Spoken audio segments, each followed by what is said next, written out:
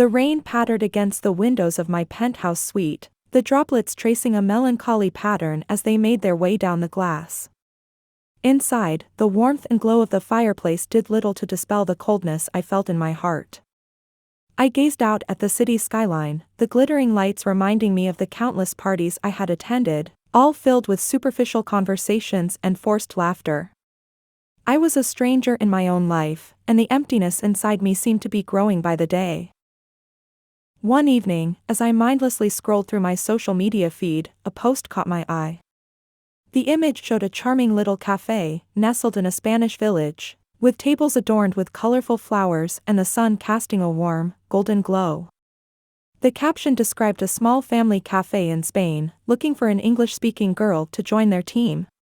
The thought of a simpler life, away from the pretentiousness of high society, felt both terrifying and exhilarating. Is this really what I want? I mused aloud, as I paced around my suite. The question echoed in my mind, and I found myself unable to shake it off. I confided in my best friend, Emily, who listened intently over coffee at our favorite upscale cafe. Sophia, you have everything most people dream of, Emily said, her blue eyes filled with concern. But if you're truly unhappy, you have to do what feels right for you. She was right. I knew that I needed to make a change, even if it meant leaving everything I had ever known behind.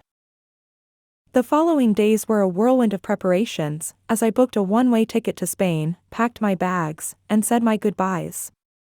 The evening before my departure, I stood on the terrace, taking in the city lights one last time. I hope you find what you're looking for, Sophia, my father said, as he hugged me tightly. His eyes glistened with tears, and I knew that he understood the weight of the decision I was making.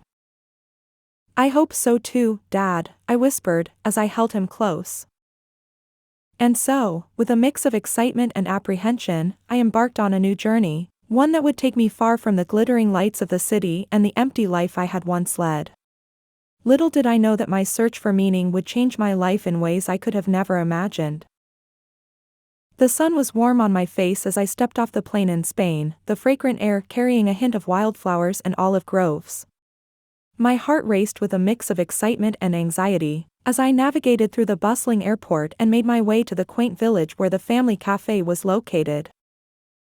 As I entered the village, the cobblestone streets, the laughter of children playing in the town square, and the aroma of freshly baked bread drifting from the cafe's kitchen filled me with a sense of peace and belonging. The charming cafe was everything I had imagined it to be, with its colorful flowers, ivy-covered walls, and rustic wooden tables. Upon arriving at the cafe, I was greeted by Rosa, the warm and friendly matriarch of the family. Her smile was infectious, and her eyes sparkled with kindness. "Welcome, Sophia," she said, enveloping me in a tight embrace. "We are so happy to have you here." "I'm happy to be here, Rosa," I replied, my voice tinged with emotion. My days at the cafe were filled with joy and discovery, as I learned the ins and outs of the family business. Rosa taught me her secret recipe for their famous almond cake, and her husband, Miguel, showed me how to brew the perfect cup of coffee, his strong hands guiding mine as I poured the steaming liquid. "Remember, Sophia," Miguel said, his voice gentle, "the secret is in the love you put into it." Their daughter, Isabella, was a spirited young woman with an infectious laugh, and we quickly formed a close bond. During our breaks, we'd sit outside the cafe, sipping coffee and sharing stories of our lives. One afternoon, as we sat under the shade of a large olive tree, Isabella asked me about my decision to leave my old life behind. "Sophia, I can't imagine what it must have been like to grow up in such luxury," she said, her brown eyes filled with curiosity.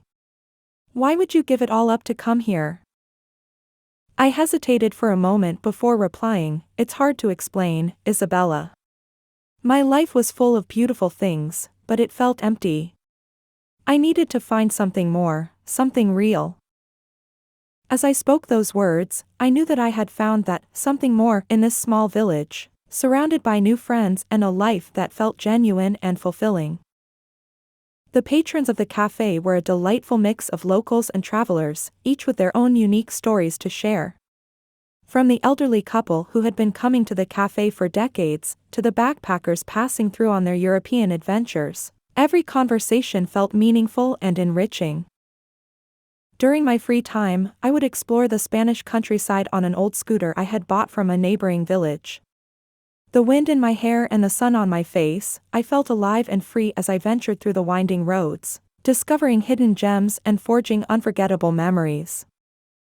My excursions on the scooter led me to a series of unexpected adventures that would shape my understanding of life and happiness. The Spanish countryside, with its rolling hills and endless vineyards, was a treasure trove of experiences and wisdom waiting to be discovered. One day, while navigating a winding mountain path, I met a wise old man named Eduardo.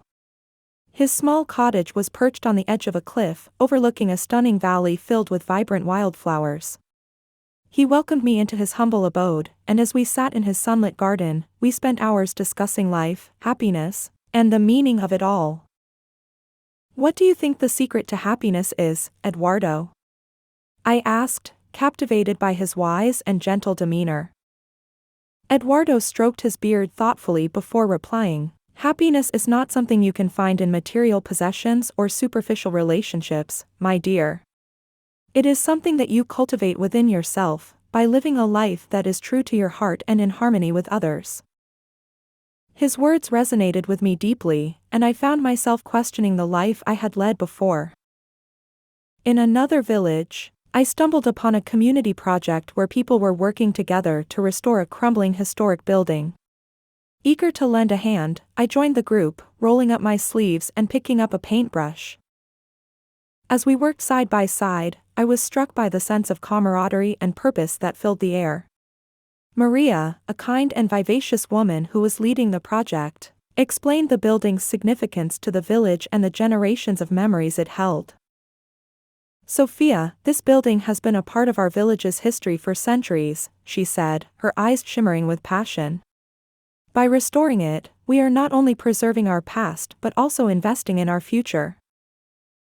Through my involvement in the restoration project, I discovered the power of unity and collaboration, and the satisfaction of creating something meaningful.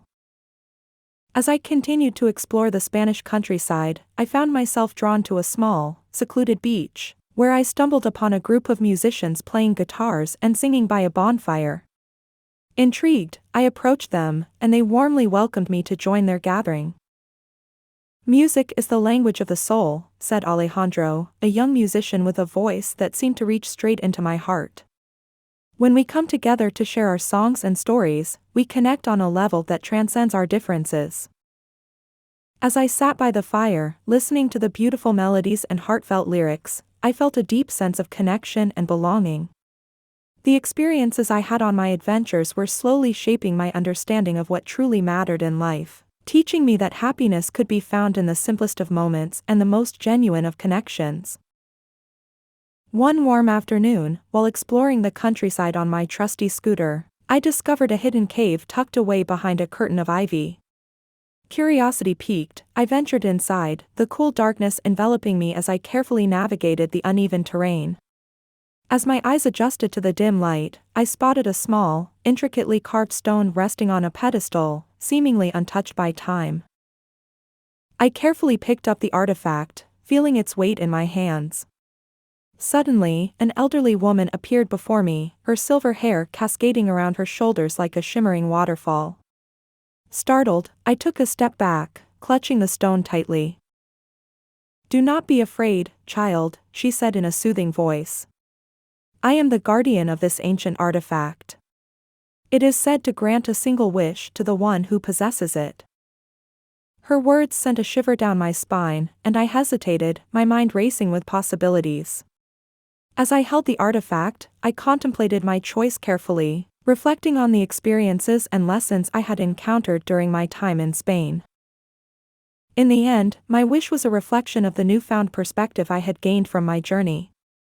I wished for inner peace and fulfillment, the kind that could not be bought or acquired through material possessions. The moment I made my wish, I felt a warmth envelop me, and I knew that I had made the right decision. As I continued to embrace my new life, I found joy in the simple pleasures and the meaningful relationships I had cultivated. My once seemingly insurmountable void had been filled with love, adventure, and a sense of purpose that I could never have imagined. One day, while sharing my story with a group of travelers at the cafe, a young woman named Lily approached me, her eyes filled with a mixture of admiration and longing. "Sophia," she said, her voice trembling, "your story has touched me deeply. I, too, have been searching for something more in life, but I've been too afraid to take the leap." I looked into her eyes, feeling a sense of kinship with her struggle. "It's never too late to change, Lily. Listen to your heart, and you'll find the courage to pursue your own path." As I watched her walk away, her shoulders squared and her head held high, I felt a surge of pride and gratitude. My journey had not only transformed my own life but had also inspired others to seek their own second chances. With each day that passed, I continued to grow and learn, cherishing the simple moments and heartfelt connections that filled my life with joy and meaning. As I ventured through the winding roads of the Spanish landscape on my beloved scooter, the sun casting a warm glow on the world around me, I knew that I had finally found the happiness and fulfillment I had been seeking all along. My second chance at life had led me to discover who I truly was and what truly mattered, and I was determined to continue my journey of self-discovery, embracing each new adventure and lesson with an open heart and an unwavering sense of gratitude.